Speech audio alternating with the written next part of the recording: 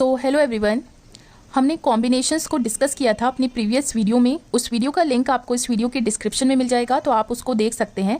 और कॉम्बिनेशन पे बेस्ड और सवाल भी डिस्कस किए थे जिनका लिंक आपको डिस्क्रिप्शन में मिलेगा, राइट। सो हम नेक्स्ट सवाल अपना डिस्कस करते हैं इस वीडियो में। यहाँ पर गिवन है कि 4 ब्लैक, 5 रेड और 6 ग्रीन बॉल्स हैं और इनमें से आपको 3 बॉल्स सिलेक्ट करनी है।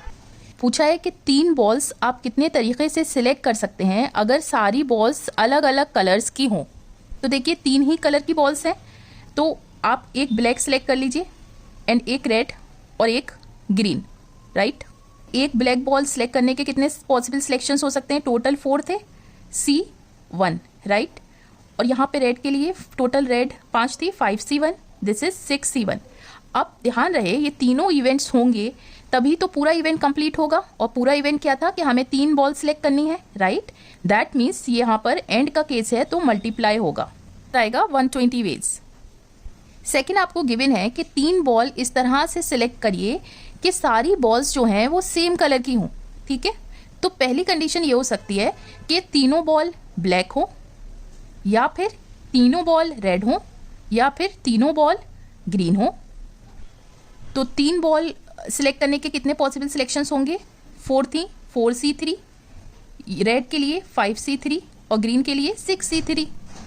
अब देखिए हमारा इवेंट क्या था? 3 बॉल सिलेक्ट करने का, तो वो पूरा इवेंट इससे भी कंप्लीट हो रहा है, इससे भी कंप्लीट हो रहा है, इससे भी कंप्लीट हो रहा है, तो इन तीनों को मिला के कंप्लीट नहीं हो रहा। दैट मीन्स ये और का केस है, तो हम यहाँ पे प्लस करेंगे।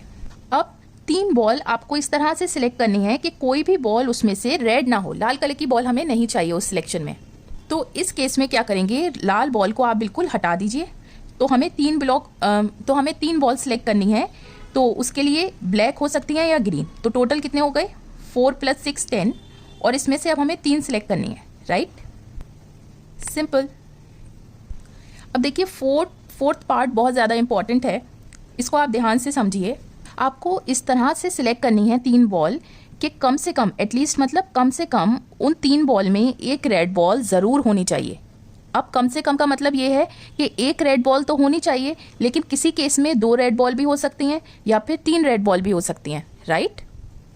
लेकिन ऐसा नहीं होना चाहिए कि कोई भी रेड बॉल ना हो उन 3 बॉल्स में से।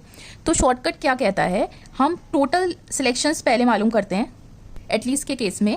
तो ये हो जाएगा, टोटल बॉल्स कितनी हैं? ये 15, और हमें 3 सिलेक्ट करनी थी, सिंपल। अब वो सिलेक्शंस मालूम करिए जिसमें लाल बॉल हो ही ना।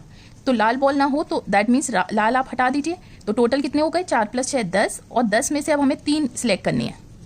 अब एटलीस्ट 1 रेड के लिए आप टोटल में से क्या माइनस कर दीजिए? वो सिलेक्शंस जिसमें कोई भी रेड बॉल ना हो, राइट। And it's simple.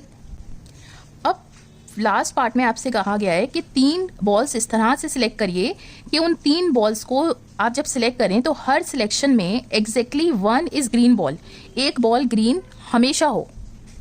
तो देखिए ग्रीन सिलेक्ट करने के कितने तरीके हो सकते हैं? हमें एक ग्रीन हमेशा सिलेक्ट करनी है, तो टोटल 6 थी, 6C1, राइट।